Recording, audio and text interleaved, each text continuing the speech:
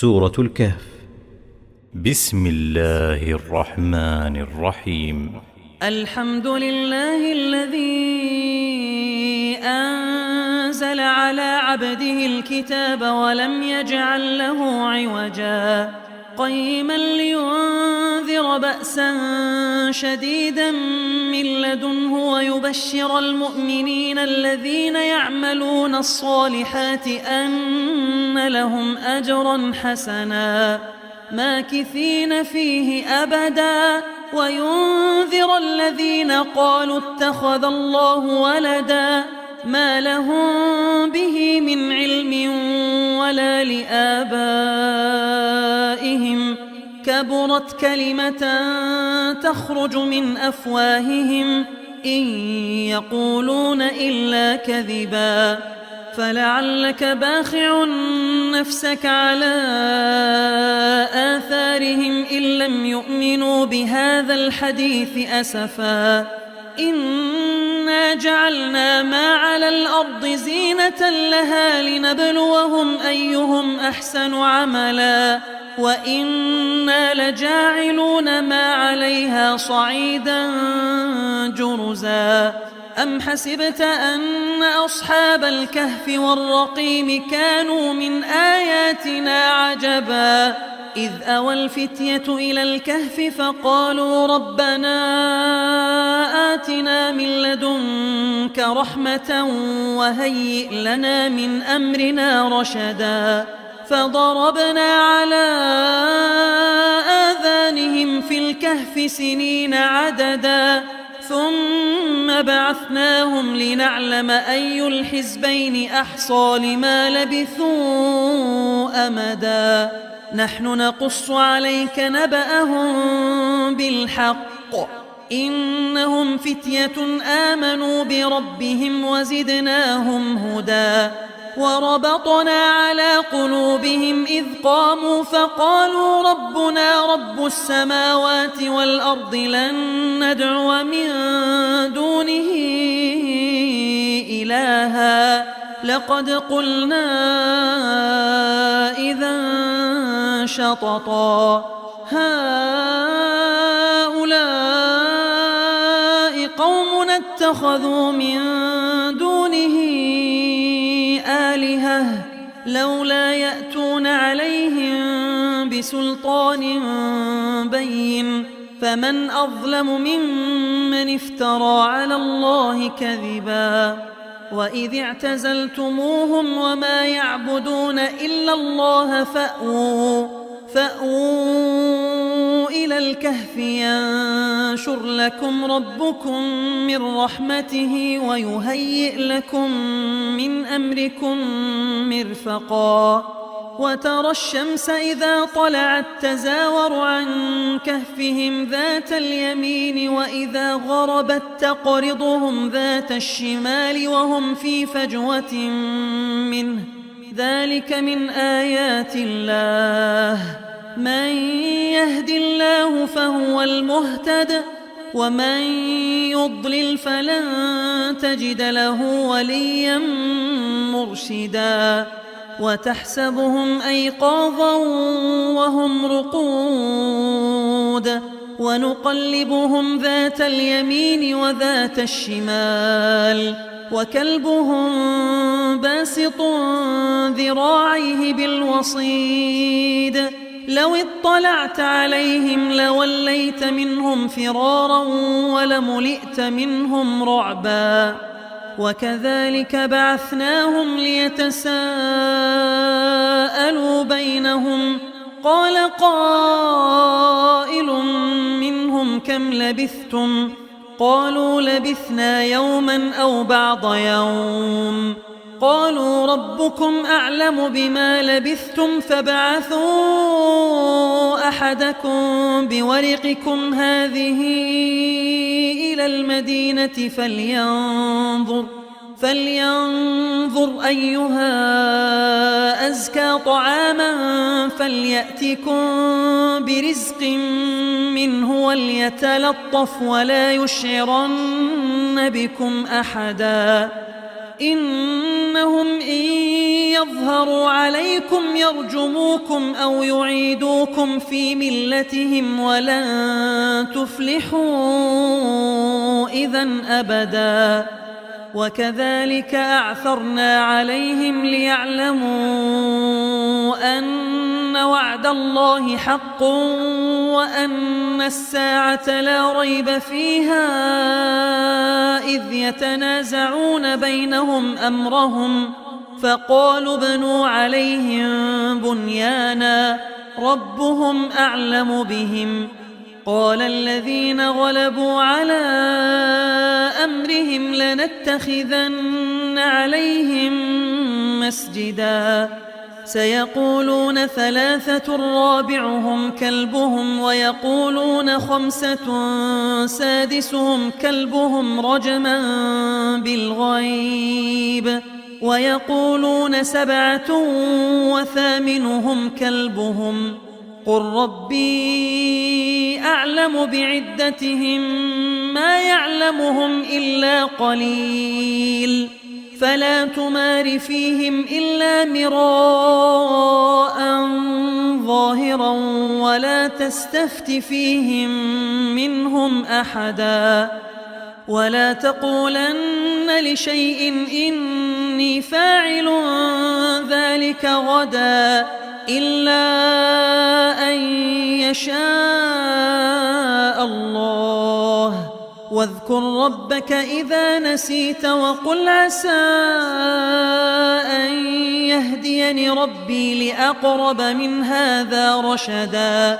ولبثوا في كهفهم 300 سنين وازدادوا 9 قل الله أعلم بما لبثوا له غيب السماوات والأرض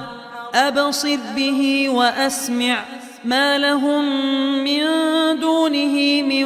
ولي ولا يشرك في حكمه أحدا. واتل ما أوحي إليك من كتاب ربك لا مبدل لكلماته ولن تجد من دونه ملتحدا. واصبر نفسك مع الذين يدعون ربهم بالغداة والعشي يريدون وجهه ولا تعد عيناك عنهم تريد زينة الحياة الدنيا ولا تطع من أغفلنا قلبه عن ذكرنا واتبع هواه وكان أمره فرطا.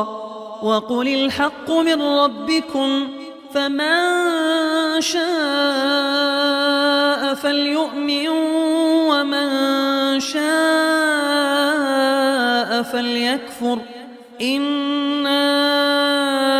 أعتدنا للظالمين نارا أحاط بهم سرادقها وإن يستغيثوا يغاثوا بماء كالمهل يشوي الوجوه بئس الشراب وساءت مرتفقا. إن الذين آمنوا وعملوا الصالحات إنا لا نضيع أجر من أحسن عملا أولئك لهم جنات عدن تجري من تحتهم الأنهار يحلون فيها من أساور من ذهب ويلبسون ثيابا خضرا من سندس واستبرق متكئين فيها على الأرائك نعم الثواب وحسنت مرتفقا. واضرب لهم مثل الرجلين جعلنا لأحدهما جنتين من أعناب وحففناهما بنخل وجعلنا بينهما زرعا كلتا الجنتين آتت أكلها ولم تظلم منه شيئا وفجرنا خلالهما نهرا وكان له ثمر فقال لصاحبه وهو يحاوره أنا أكثر منك مالا وأعز نفرا ودخل جنته وهو ظالم لنفسه قال ما أظن أن تبيد هذه أبدا وما أظن الساعة قائمة ولئن رددت إلى ربي لأجدن خيرا منها منقلبا قال له صاحبه وهو يحاوره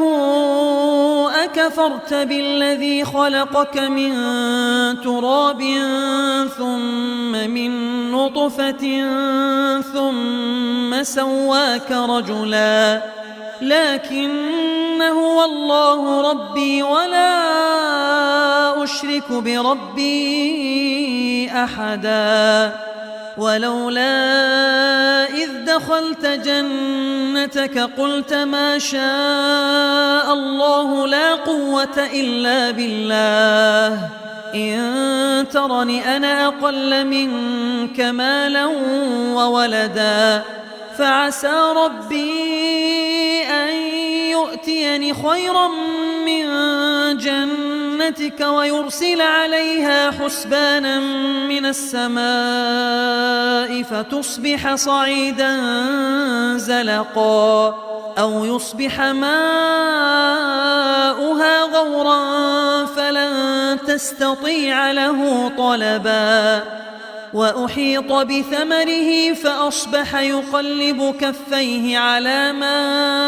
أنفق فيها وهي خاوية على عروشها ويقول يا ليتني لم أشرك بربي أحدا ولم تكن له فئة ينصرونه من دون الله وما كان منتصرا هنالك الولاية لله الحق هو خير ثوابا وخير عقبا واضرب لهم مثل الحياة الدنيا كماء إن أنزلناه من السماء فاختلط به نبات الأرض فأصبح هشيما تذروه الرياح وكان الله على كل شيء مقتدرا المال والبنون زينة الحياة الدنيا والباقيات الصالحات خير عند ربك ثوابا وخير أملا ويوم نسير الجبال وترى الأرض بارزة وحشرناهم فلم نغادر منهم أحدا وعرضوا على ربك صفا لقد جئتمونا كما خلقناكم أول مرة بل زعمتم أن لن نجعل لكم موعدا ووضع الكتاب فترى المجرمين مشفقين مما فيه ويقولون يا ويلتنا ما لهذا الكتاب لا يغادر صغيرة ولا كبيرة إلا أحصاها ووجدوا ما عملوا حاضرا ولا يظلم ربك أحدا وإذ قلنا للملائكة اسجدوا لآدم فسجدوا إلا إبليس كان من الجن ففسق عن أمر ربه أفتتخذونه وذريته أولياء من دوني وهم لكم عدو بئس للظالمين بدلا ما أشهدتهم خلق السماوات والأرض ولا خلق أنفسهم وما كنت متخذ المضلين عضدا ويوم يقول نادوا شركائي الذين زعمتم فدعوهم فلم يستجيبوا لهم وجعلنا بينهم موبقا ورأى المجرمون النار فظنوا أنهم مواقعوها ولم يجدوا عنها مصرفا ولقد صرفنا في هذا القرآن للناس من كل مثل وكان الإنسان أكثر شيء جدلا وما منع الناس أن يؤمنوا إذ جاءهم الهدى ويستغفروا ربهم إلا أن تأتيهم سنة الأولين أو يأتيهم العذاب قبلا وما نرسل المرسلين إلا مبشرين ومنذرين ويجادل الذين كفروا بالباطل ليدحضوا به الحق واتخذوا آياتي وما أنذروا هزوا ومن أظلم ممن ذكر بآيات ربه فأعرض عنها ونسي ما قدمت يداه إنا جعلنا على قلوبهم أكنة أن يفقهوه وفي آذانهم وقرا وإن تدعهم إلى الهدى فلن يهتدوا إذن أبدا وربك الغفور ذو الرحمة لو يؤاخذهم بما كسبوا لعجل لهم العذاب بل لهم موعد لن يجدوا من دونه موئلا وتلك القرى أهلكناهم لما ظلموا وجعلنا لمهلكهم موعدا وإذ قال موسى لفتاه لا أبرح حتى أبلغ مجمع البحرين أو أمضي حقبا فلما بلغا مجمع بينهما نسيا حوتهما فاتخذ سبيله في البحر سربا فلما جاوزا قال لفتاه آتنا غداءنا لقد لقينا من سفرنا هذا نصبا قال أرأيت إذ أوينا إلى الصخرة فإني نسيت الحوت وما أنسانيه إلا الشيطان أن أذكره واتخذ سبيله في البحر عجبا قال ذلك ما كنا نبغ فارتدا على آثارهما قصصا فوجدا عبدا من عبادنا آتيناه رحمة من عندنا وعلمناه من لدنا علما قال له موسى هل أتبعك على أن تعلمني مما علمت رشدا قال إنك لن تستطيع معي صبرا وكيف تصبر على ما لم تحط به خبرا قال ستجدني إن شاء الله صابرا ولا أعصي لك أمرا قال فإن اتبعتني فلا تسألني عن شيء حتى أحدث لك منه ذكرا فانطلقا حتى إذا ركبا في السفينة خرقها قال أخرقتها لتغرق أهلها لقد جئت شيئا إمرا قال ألم أقل إنك لن تستطيع معي صبرا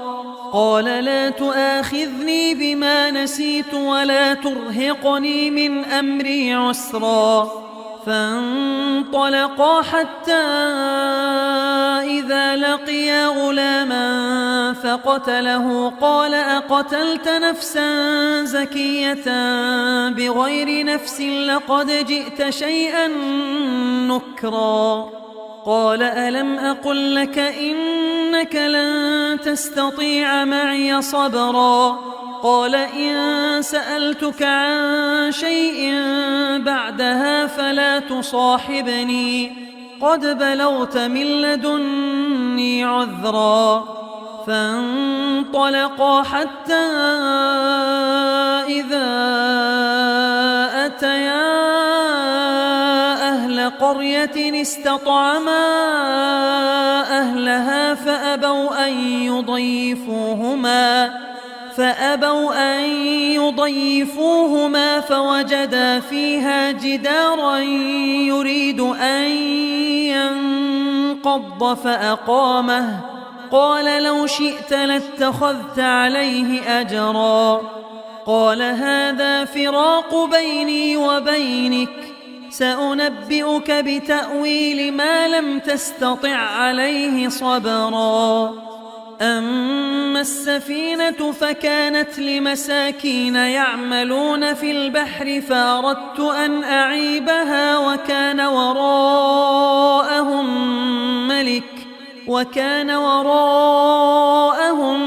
ملك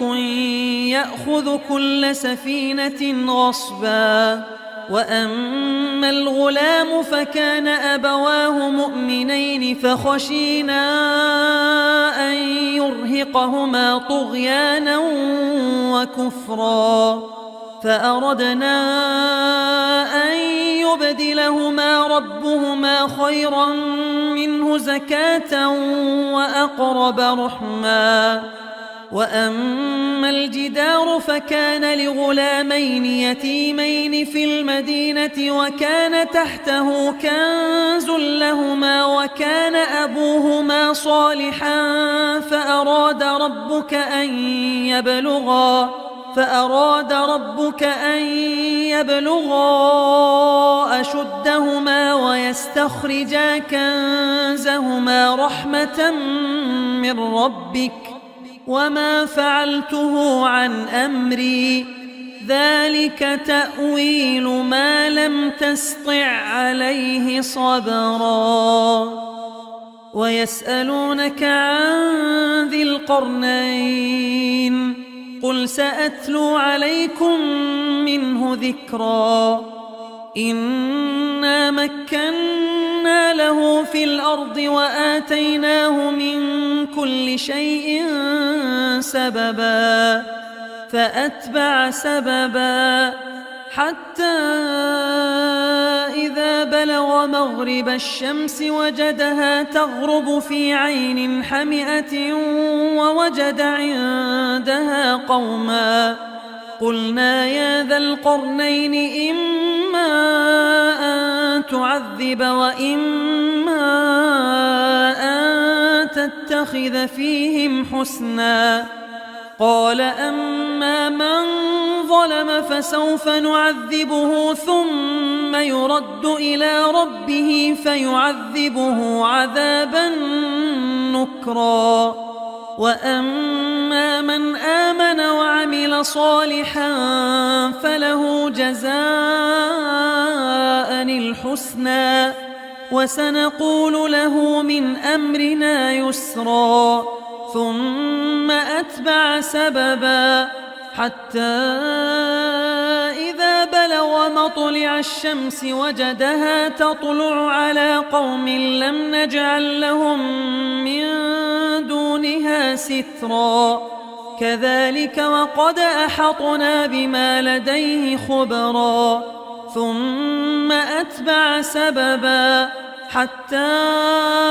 إذا بلغ بين السدين وجد من دونهما قوما لا يكادون يفقهون قولا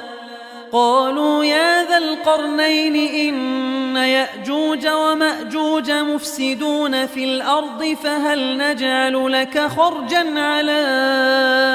أن تجعل بيننا وبينهم سدا قال ما مكني فيه ربي خير فأعينوني بقوة أجعل بينكم وبينهم ردما آتوني زبر الحديد حتى إذا ساوى بين الصدفين قال انفخوا حتى إذا جعله نارا قال آتوني أفرغ عليه قطرا فما استطاعوا أن يظهروه وما استطاعوا له نقبا قال هذا رحمة من ربي فإذا جاء وعد ربي جعله دكا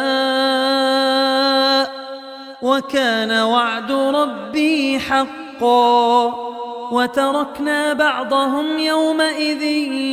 يموج في بعض ونفخ في الصور فجمعناهم جمعا وعرضنا جهنم يومئذ للكافرين عرضا الذين كانت أعينهم في غطاء عن ذكري وكانوا لا يستطيعون سمعا أفحسب الذين كفروا أن يتخذوا عبادي من دوني أولياء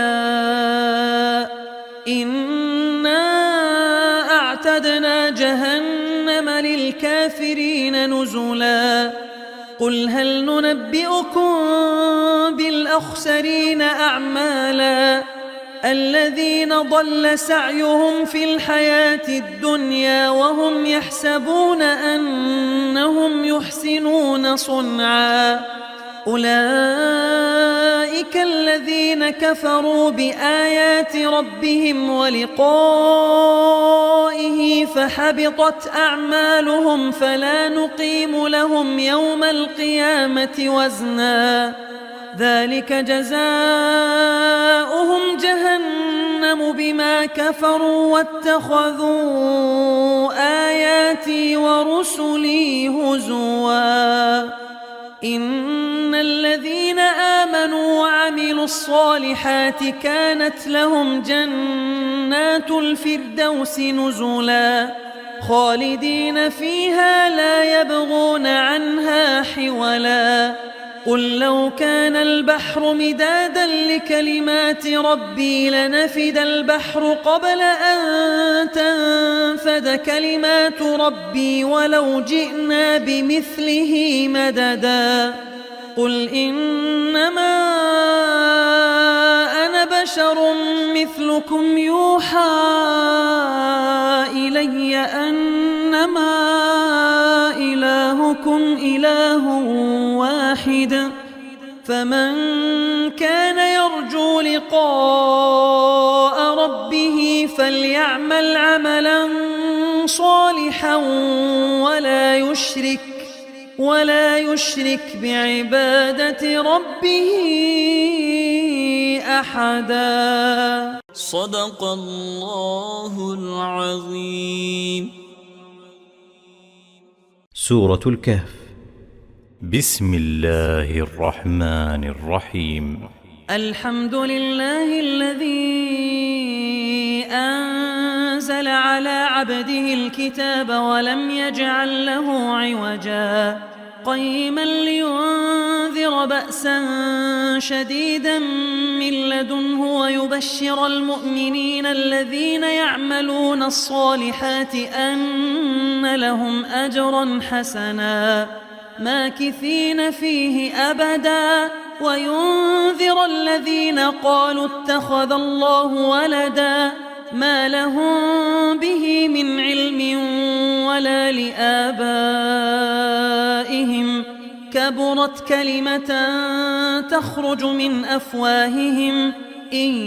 يقولون إلا كذبا فلعلك باخع نفسك على آثارهم إن لم يؤمنوا بهذا الحديث أسفا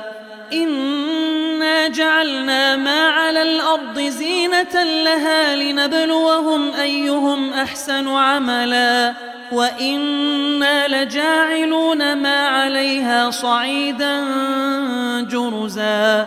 أم حسبت أن أصحاب الكهف والرقيم كانوا من آياتنا عجبا إذ أوى الفتية إلى الكهف فقالوا ربنا آتنا من لدنك رحمة وهيئ لنا من أمرنا رشدا فضربنا على آذانهم في الكهف سنين عددا ثم بعثناهم لنعلم أي الحزبين أحصى لما لبثوا أمدا نحن نقص عليك نبأهم بالحق إنهم فتية آمنوا بربهم وزدناهم هدى وربطنا على قلوبهم إذ قاموا فقالوا ربنا رب السماوات والأرض لن ندعو من دونه إلها لقد قلنا إذا شططا هؤلاء قوم اتخذوا من دونه آلهة لولا يأتون عليهم بسلطان بين فمن أظلم ممن افترى على الله كذبا وإذ اعتزلتموهم وما يعبدون إلا الله فأووا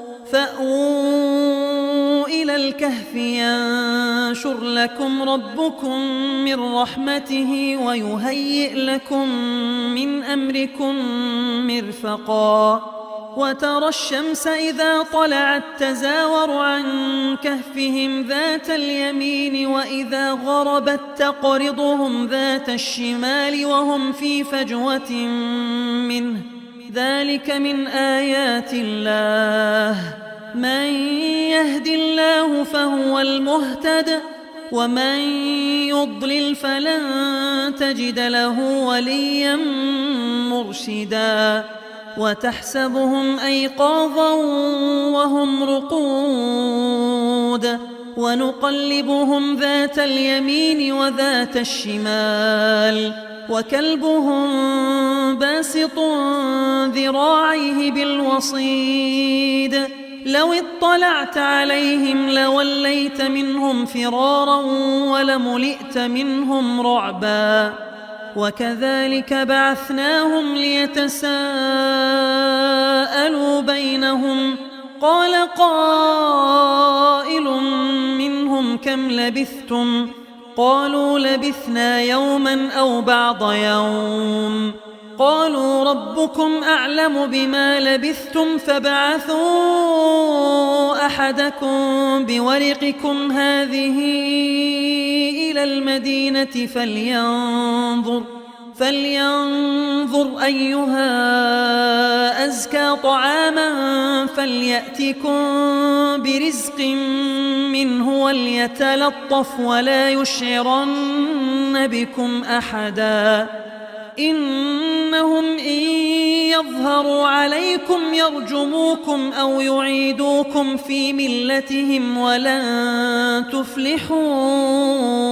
إذن أبدا وكذلك أعثرنا عليهم ليعلموا أن وعد الله حق وأن الساعة لا ريب فيها إذ يتنازعون بينهم أمرهم فقالوا ابنوا عليهم بنيانا ربهم أعلم بهم قال الذين غلبوا على أمرهم لنتخذن عليهم مسجدا سيقولون ثلاثة رابعهم كلبهم ويقولون خمسة سادسهم كلبهم رجما بالغيب ويقولون سبعة وثامنهم كلبهم قل ربي أعلم بعدتهم ما يعلمهم إلا قليل فلا تمار فيهم إلا مراء ظاهرا ولا تستفت فيهم منهم أحدا ولا تقولن لشيء إني فاعل ذلك غدا إلا أن يشاء الله واذكر ربك إذا نسيت وقل عسى أن يهديني ربي لأقرب من هذا رشدا ولبثوا في كهفهم 300 سنين وازدادوا 9 قل الله أعلم بما لبثوا له غيب السماوات والأرض أبصر به وأسمع ما لهم من دونه من ولي ولا يشرك في حكمه أحدا واتل ما أوحي إليك من كتاب ربك لا مبدل لكلماته ولن تجد من دونه ملتحدا واصبر نفسك مع الذين يدعون ربهم بالغداة والعشي يريدون وجهه ولا تعد عيناك عنهم تريد زينة الحياة الدنيا ولا تطع من أغفلنا قلبه عن ذكرنا واتبع هواه وكان أمره فرطا وقل الحق من ربكم فمن شاء فليؤمن ومن شاء فليكفر إنا أعتدنا للظالمين نارا أحاط بهم سرادقها وإن يستغيثوا يغاثوا بماء كالمهل يشوي الوجوه بئس الشراب وساءت مرتفقا إن الذين آمنوا وعملوا الصالحات إنا لا نضيع أجر من أحسن عملا أولئك لهم جنات عدن تجري من تحتهم الأنهار يحلون فيها من أساور من ذهب ويلبسون ثيابا خضرا من سندس واستبرق متكئين فيها على الأرائك نعم الثواب وحسنت مرتفقا واضرب لهم مثل الرجلين جعلنا لأحدهما جنتين من أعناب وحففناهما بنخل وجعلنا بينهما زرعا كلتا الجنتين آتت أكلها ولم تظلم منه شيئا وفجرنا خلالهما نهرا وكان له ثمر فقال لصاحبه وهو يحاوره أنا أكثر منك مالا وأعز نفرا ودخل جنته وهو ظالم لنفسه قال ما أظن أن تبيد هذه أبدا وما أظن الساعة قائمة ولئن رددت إلى ربي لأجدن خيرا منها منقلبا قال له صاحبه وهو يحاوره أكفرت بالذي خلقك من تراب ثم من نطفة ثم ثم سواك رجلا لكن هو الله ربي ولا أشرك بربي أحدا ولولا إذ دخلت جنتك قلت ما شاء الله لا قوة إلا بالله إن ترني أنا أقل منك مالا وولدا فعسى ربي أن يؤتيني خيرا من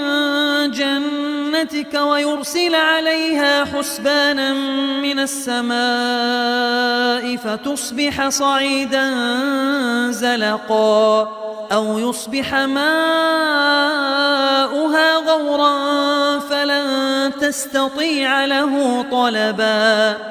وأحيط بثمره فأصبح يقلب كفيه على ما أنفق فيها وهي خاوية على عروشها ويقول يا ليتني لم أشرك بربي أحدا ولم تكن له فئة ينصرونه من دون الله وما كان منتصرا هنالك الولاية لله الحق هو خير ثوابا وخير عقبا واضرب لهم مثل الحياة الدنيا كماء إن أنزلناه من السماء فاختلط به نبات الأرض فأصبح هشيما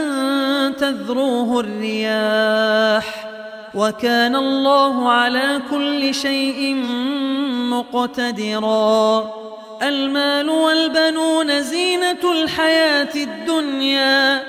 والباقيات الصالحات خير عند ربك ثوابا وخير أملا ويوم نسير الجبال وترى الأرض بارزة وحشرناهم فلم نغادر منهم أحدا وعرضوا على ربك صفا لقد جئتمونا كما خلقناكم أول مرة بل زعمتم أن لن نجعل لكم موعدا ووضع الكتاب فترى المجرمين مشفقين مما فيه ويقولون يا ويلتنا ما لهذا الكتاب لا يغادر صغيرة ولا كبيرة إلا أحصاها ووجدوا ما عملوا حاضرا ولا يظلم ربك أحدا وإذ قلنا للملائكة اسجدوا لآدم فسجدوا إلا إبليس كان من الجن ففسق عن أمر ربه أفتتخذونه وذريته أولياء من دوني وهم لكم عدو بئس للظالمين بدلا ما أشهدتهم خلق السماوات والأرض ولا خلق أنفسهم وما كنت متخذ المضلين عضدا ويوم يقول نادوا شركائي الذين زعمتم فدعوهم فلم يستجيبوا لهم وجعلنا بينهم موبقا ورأى المجرمون النار فظنوا أنهم مواقعوها ولم يجدوا عنها مصرفا ولقد صرفنا في هذا القرآن للناس من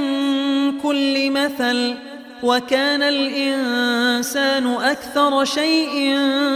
جدلا وما منع الناس أن يؤمنوا إذ جاءهم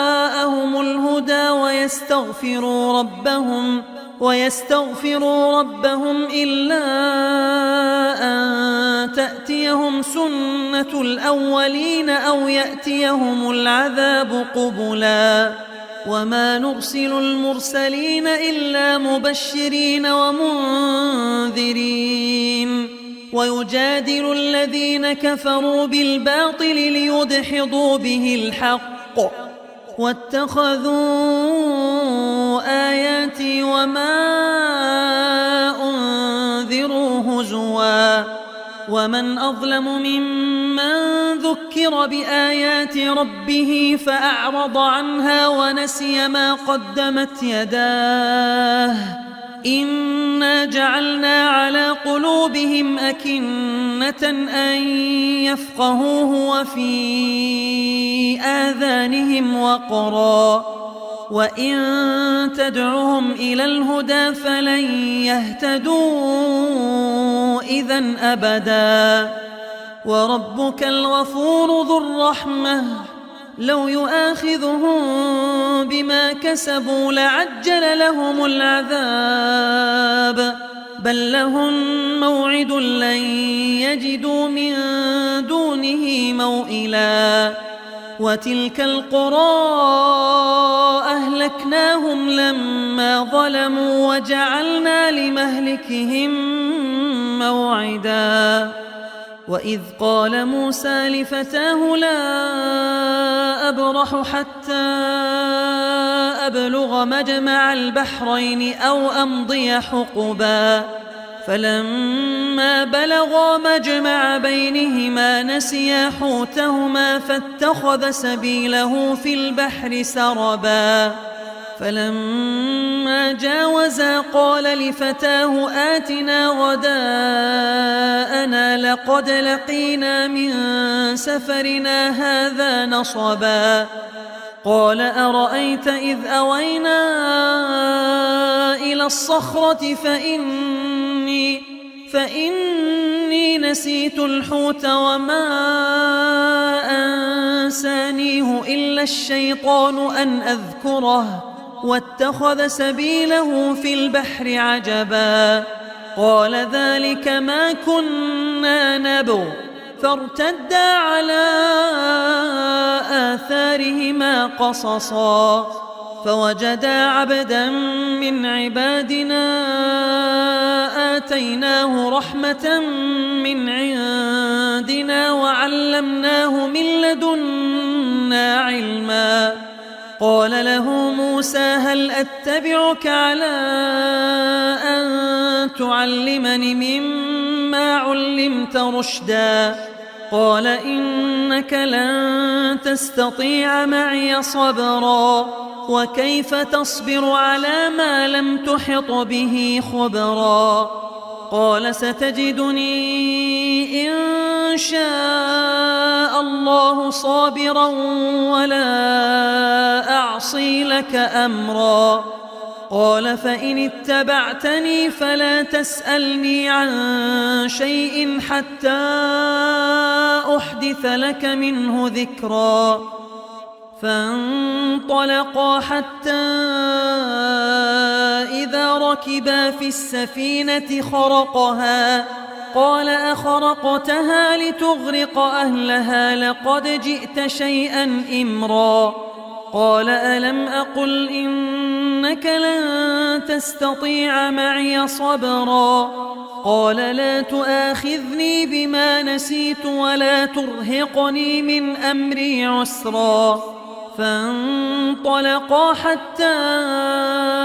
إذا لقيا غلاما فقتله قال أقتلت نفسا زكية بغير نفس لقد جئت شيئا نكرا قال ألم أقل لك إنك لن تستطيع معي صبرا قال إن سألتك عن شيء بعدها فلا تصاحبني قد بلغت من لدني عذرا فانطلقا حتى إذا أتيا أهل قرية استطعما أهلها فأبوا أن يضيفوهما فوجدا فيها جدارا يريد أن ينقض فأقامه قال لو شئت لاتخذت عليه أجرا قال هذا فراق بيني وبينك سأنبئك بتأويل ما لم تستطع عليه صبرا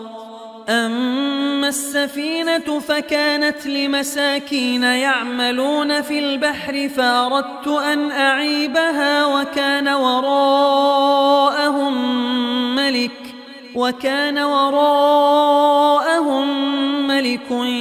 يأخذ كل سفينة غصبا وأما الغلام فكان أبواه مؤمنين فخشينا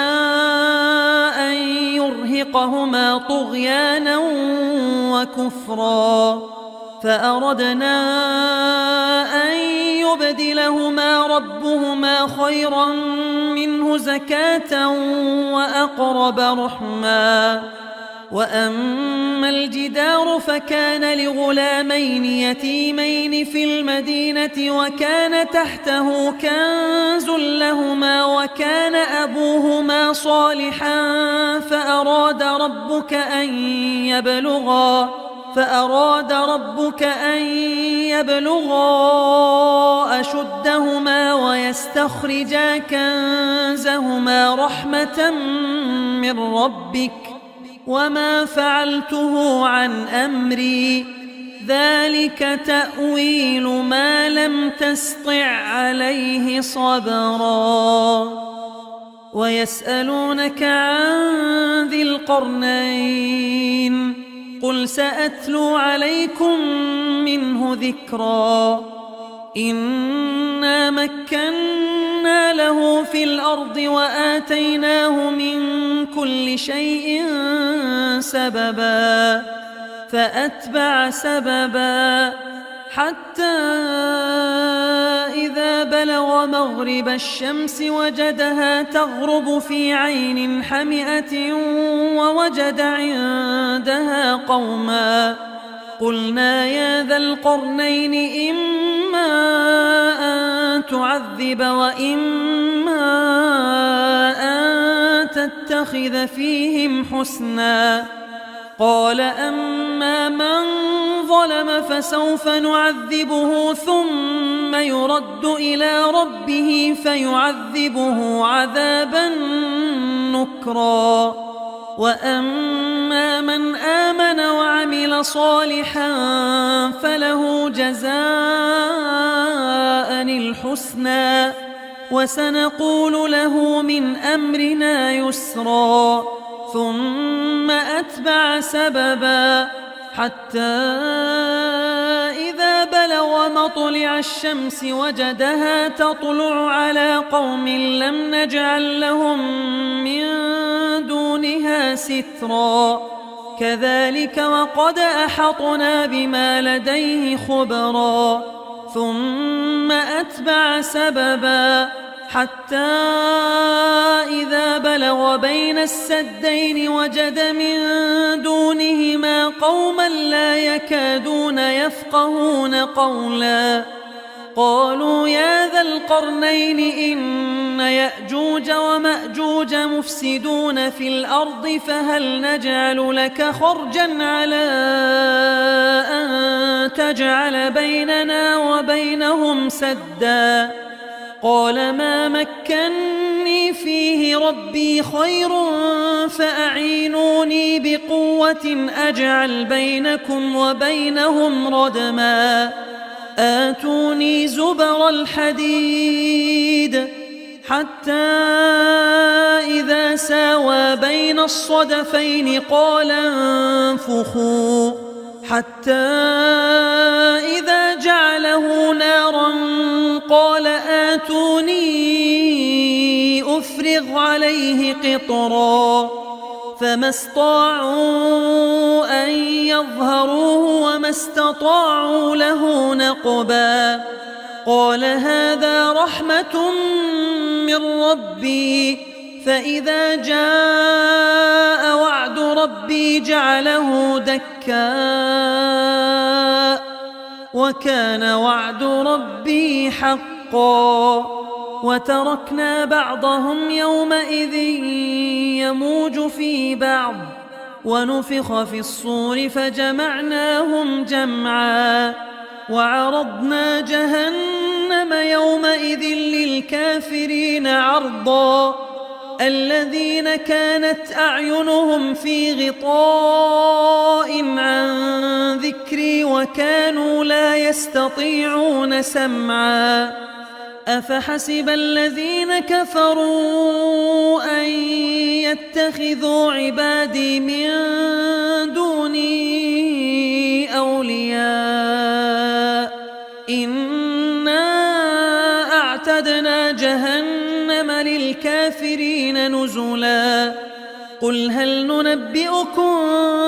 بالأخسرين أعمالا الذين ضل سعيهم في الحياة الدنيا وهم يحسبون أنهم يحسنون صنعا أولئك الذين كفروا بآيات ربهم ولقائه فحبطت أعمالهم فلا نقيم لهم يوم القيامة وزنا ذلك جزاؤهم جهنم بما كفروا واتخذوا آياتي ورسلي هزوا إن الذين آمنوا وعملوا الصالحات كانت لهم جنات الفردوس نزلا خالدين فيها لا يبغون عنها حولا قل لو كان البحر مدادا لكلمات ربي لنفد البحر قبل أن تنفد كلمات ربي ولو جئنا بمثله مددا قل إنما أنا بشر مثلكم يوحى إلي أنما إلهكم إله واحد فمن كان يرجو لقاء ربه فليعمل عملا صالحا ولا يشرك بعبادة ربه أحدا صدق الله العظيم. سورة الكهف. بسم الله الرحمن الرحيم. الحمد لله الذي أنزل على عبده الكتاب ولم يجعل له عوجا قيما لينذر بأسا شديدا من لدنه ويبشر المؤمنين الذين يعملون الصالحات أن لهم أجرا حسنا ماكثين فيه أبدا وينذر الذين قالوا اتخذ الله ولدا ما لهم به من علم ولا لآبائهم كبرت كلمة تخرج من أفواههم إن يقولون إلا كذبا فلعلك باخع نفسك على آثارهم إن لم يؤمنوا بهذا الحديث أسفا إنا جعلنا ما على الأرض زينة لها لنبلوهم أيهم أحسن عملا وإنا لجاعلون ما عليها صعيدا جرزا أم حسبت أن أصحاب الكهف والرقيم كانوا من آياتنا عجبا إذ أوى الفتية إلى الكهف فقالوا ربنا آتنا من لدنك رحمة وهيئ لنا من أمرنا رشدا فضربنا على آذانهم في الكهف سنين عددا ثم بعثناهم لنعلم أي الحزبين أحصى لما لبثوا أمدا نحن نقص عليك نبأهم بالحق إنهم فتية آمنوا بربهم وزدناهم هدى وربطنا على قلوبهم إذ قاموا فقالوا ربنا رب السماوات والأرض لن ندعو من دونه إلها لقد قلنا إذا شططا هؤلاء قوم اتخذوا من دونه آلهة لولا يأتون عليهم بسلطان بين فمن أظلم ممن افترى على الله كذبا وإذ اعتزلتموهم وما يعبدون إلا الله فأووا إلى الكهف ينشر لكم ربكم من رحمته ويهيئ لكم من أمركم مرفقا وترى الشمس إذا طلعت تزاور عن كهفهم ذات اليمين وإذا غربت تقرضهم ذات الشمال وهم في فجوة منه ذلك من آيات الله من يهد الله فهو المهتد ومن يضلل فلن تجد له وليا مرشدا وتحسبهم أيقاظا وهم رقود ونقلبهم ذات اليمين وذات الشمال وكلبهم باسط ذراعيه بالوصيد لو اطلعت عليهم لوليت منهم فرارا ولملئت منهم رعبا وكذلك بعثناهم ليتساءلوا بينهم قال قائل منهم كم لبثتم قالوا لبثنا يوما أو بعض يوم قالوا ربكم أعلم بما لبثتم فابعثوا أحدكم بورقكم هذه إلى المدينة فلينظر أيها أزكى طعاما فليأتكم برزق منه وليتلطف ولا يشعرن بكم أحدا إنهم إن يظهروا عليكم يرجموكم أو يعيدوكم في ملتهم ولن تفلحوا إذن أبدا وكذلك أعثرنا عليهم ليعلموا أن وعد الله حق وأن الساعة لا ريب فيها إذ يتنازعون بينهم أمرهم فقالوا ابنوا عليهم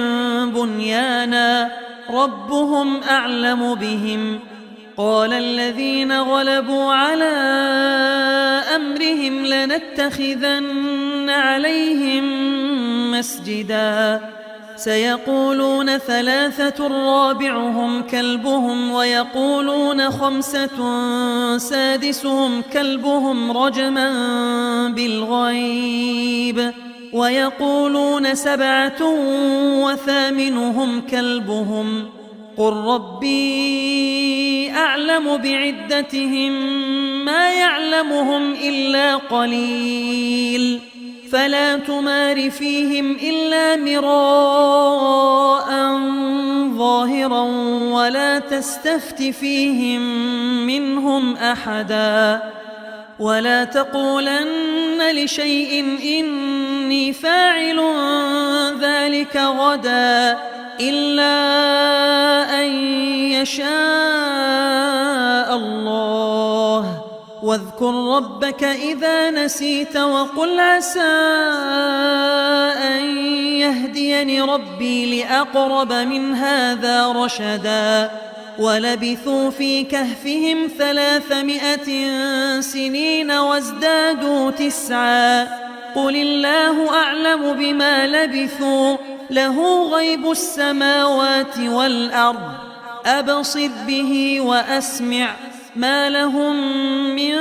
دونه من ولي ولا يشرك في حكمه أحدا. واتل ما أوحي إليك من كتاب ربك لا مبدل لكلماته ولن تجد من دونه ملتحدا. واصبر نفسك مع الذين يدعون ربهم بالغداة والعشي يريدون وجهه ولا تعد عيناك عنهم تريد زينة الحياة الدنيا ولا تطع من أغفلنا قلبه عن ذكرنا واتبع هواه وكان أمره فرطا. وقل الحق من ربكم فمن شاء فليؤمن ومن شاء فليكفر إنا أعتدنا للظالمين نارا أحاط بهم سرادقها وإن يستغيثوا يغاثوا بماء كالمهل يشوي الوجوه بئس الشراب وساءت مرتفقا. إن الذين آمنوا وعملوا الصالحات إنا لا نضيع أجر من أحسن عملا. أولئك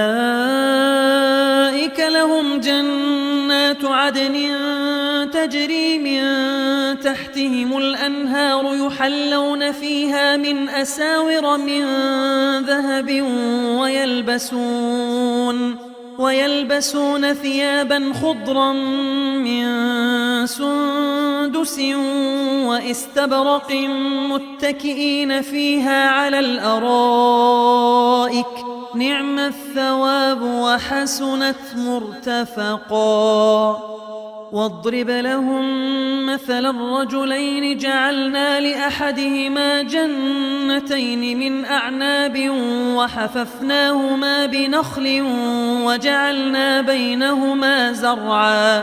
كلتا الجنتين آتت أكلها ولم تظلم منه شيئا وفجرنا خلالهما نهرا. وكان له ثمر فقال لصاحبه وهو يحاوره أنا أكثر منك مالا وأعز نفرا. ودخل جنته وهو ظالم لنفسه قال ما أظن أن تبيد هذه أبدا وما أظن الساعة قائمة ولئن رددت إلى ربي لأجدن خيرا منها منقلبا. قال له صاحبه وهو يحاوره أكفرت بالذي خلقك من تراب ثم من نطفة ثم سواك رجلا لكن هو الله ربي ولا أشرك بربي أحدا. ولولا إذ دخلت جنتك قلت ما شاء الله لا قوة إلا بالله إن ترني أنا أقل منك مالا وولدا فعسى ربي أن يؤتيني خيرا من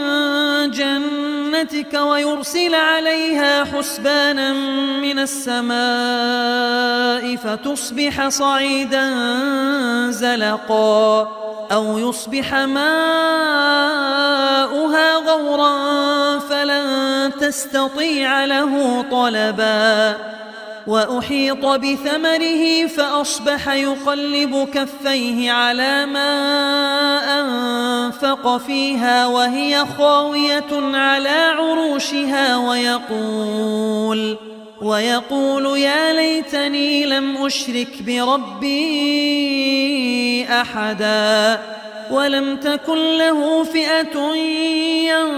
ينصرونه من دون الله وما كان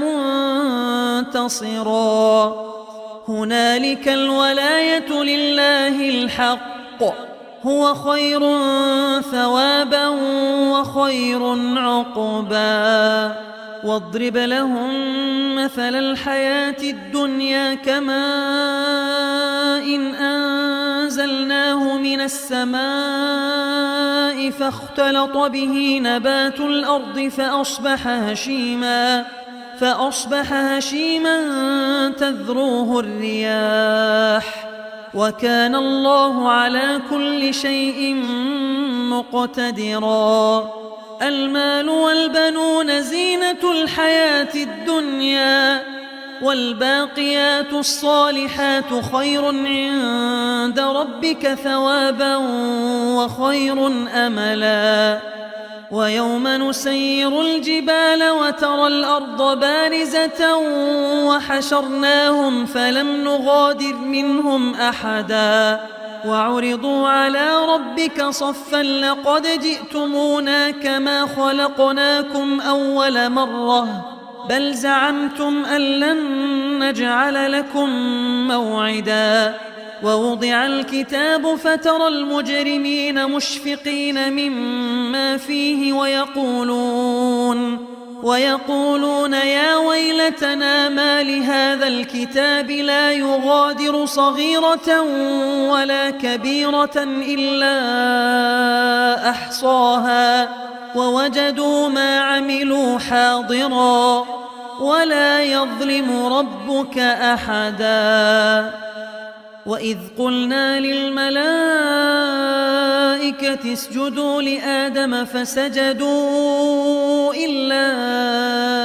إبليس كان من الجن ففسق عن أمر ربه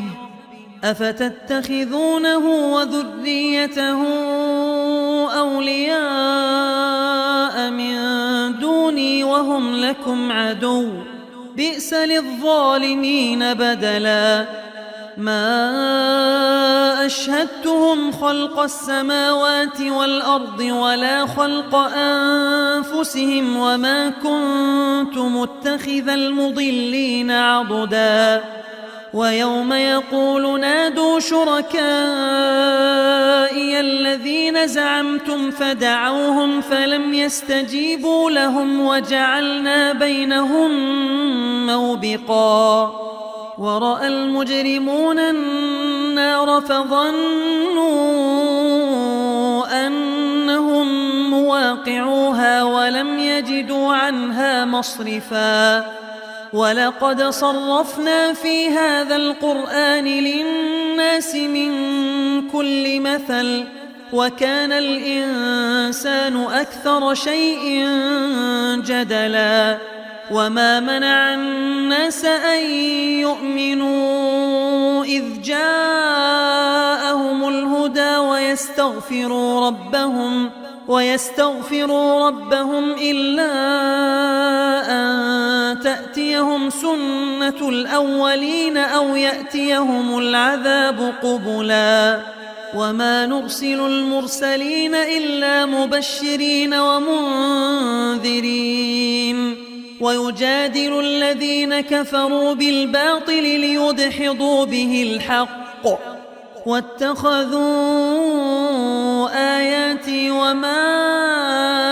أنذروا هزوا ومن أظلم ممن ذكر بآيات ربه فأعرض عنها ونسي ما قدمت يداه إنا جعلنا على قلوبهم أكنة أن يفقهوه وفي آذانهم وقرا وإن تدعهم إلى الهدى فلن يهتدوا إذا أبدا.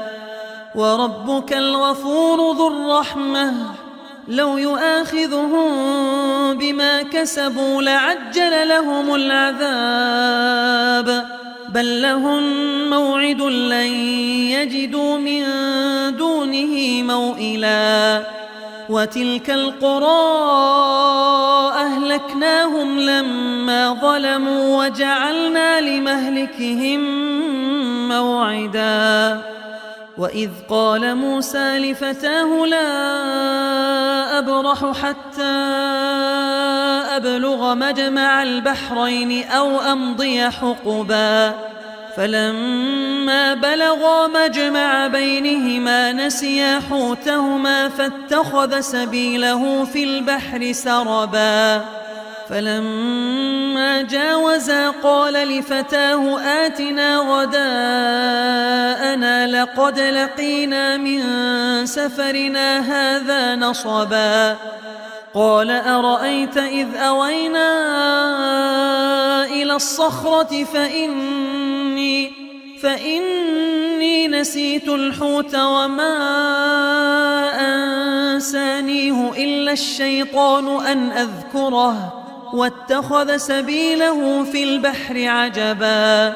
قال ذلك ما كنا نبغ فارتدا على آثارهما قصصا فوجدا عبدا من عبادنا آتيناه رحمة من عندنا وعلمناه من لدنا علما. قال له موسى هل أتبعك على أن تعلمني مما علمت رشدا؟ قال إنك لن تستطيع معي صبرا وكيف تصبر على ما لم تحط به خبرا. قال ستجدني إن شاء الله صابرا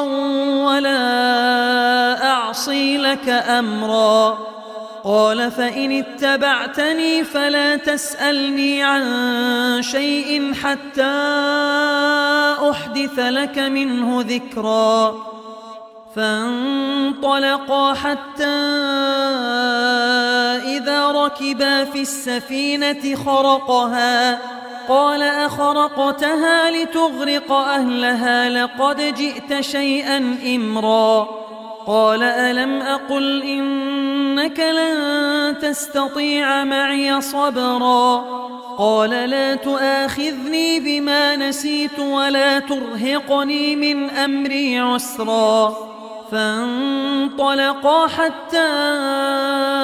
إذا لقيا غلاما فقتله قال أقتلت نفسا زكية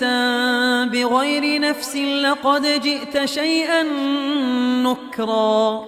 قال ألم أقل لك إنك لن تستطيع معي صبرا. قال إن سألتك عن شيء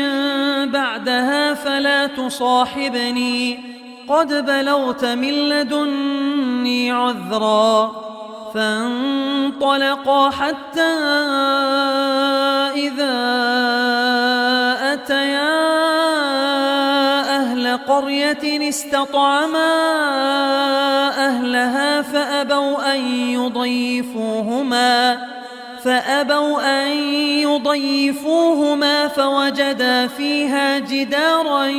يريد أن ينقض فأقامه. قال لو شئت لاتخذت عليه أجرا. قال هذا فراق بيني وبينك سأنبئك بتأويل ما لم تستطع عليه صبرا. أما السفينة فكانت لمساكين يعملون في البحر فأردت أن أعيبها وكان وراءهم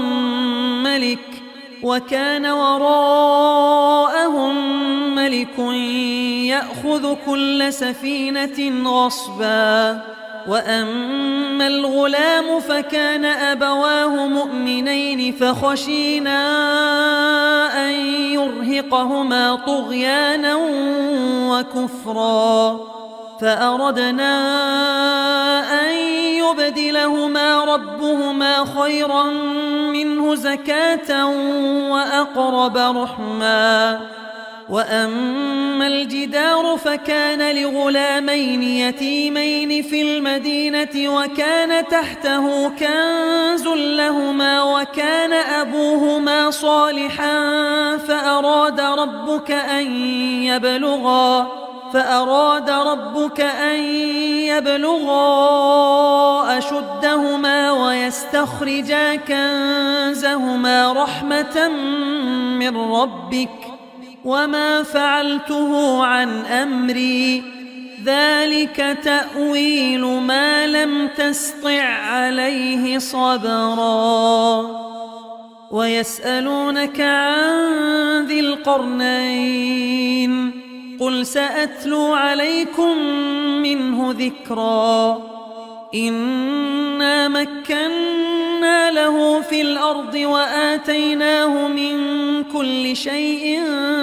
سببا فأتبع سببا حتى إذا بلغ مغرب الشمس وجدها تغرب في عين حمئة ووجد عندها قوما قلنا يا ذا القرنين إما أن تعذب وإما أن تتخذ فيهم حسنا. قال أما من ظلم فسوف نعذبه ثم يرد إلى ربه فيعذبه عذابا نكرا. وأما من آمن وعمل صالحا فله جزاء الحسنى وسنقول له من أمرنا يسرا. ثم أتبع سببا حتى إذا بلغ مطلع الشمس وجدها تطلع على قوم لم نجعل لهم من دونها سترا. كذلك وقد أحطنا بما لديه خبرا. ثم أتبع سببا حتى إذا بلغ بين السدين وجد من دونهما قوما لا يكادون يفقهون قولا. قالوا يا ذا القرنين إن يأجوج ومأجوج مفسدون في الأرض فهل نجعل لك خرجا على أن تجعل بيننا وبينهم سدا. قال ما مكني فيه ربي خير فأعينوني بقوة أجعل بينكم وبينهم ردما. آتوني زبر الحديد حتى إذا ساوى بين الصدفين قال انفخوا حتى إذا جعله نارا قال آتوني أفرغ عليه قطرا. فما استطاعوا أن يظهروه وما استطاعوا له نقبا. قال هذا رحمة من ربي فإذا جاء وعد ربي جعله دكا وكان وعد ربي حقا. وتركنا بعضهم يومئذ يموج في بعض ونفخ في الصور فجمعناهم جمعا. وعرضنا جهنم يومئذ للكافرين عرضا. الذين كانت أعينهم في غطاء عن ذكري وكانوا لا يستطيعون سمعا. أفحسب الذين كفروا أن يتخذوا عبادي من دوني أولياء وأعتدنا جهنم للكافرين نزلا قل هل ننبئكم بالأخسرين أعمالا الذين ضل سعيهم في الحياة الدنيا وهم يحسبون أنهم يحسنون صنعا أولئك الذين كفروا بآيات ربهم ولقائه فحبطت أعمالهم فلا نقيم لهم يوم القيامة وزنا ذلك جزاؤهم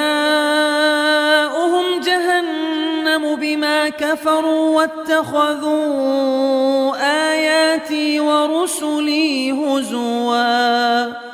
إن الذين آمنوا وعملوا الصالحات كانت لهم جنات الفردوس نزلا خالدين فيها لا يبغون عنها حولا قل لو كان البحر مدادا لكلمات ربي لنفد البحر قبل أن تنفد كلمات ربي ولو جئنا بمثله مددا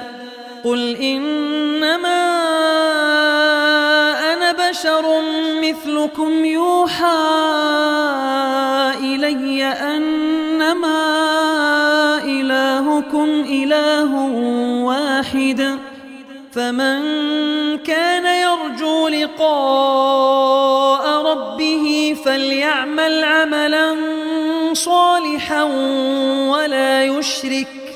ولا يشرك بعبادة ربه أحدا صدق الله العظيم.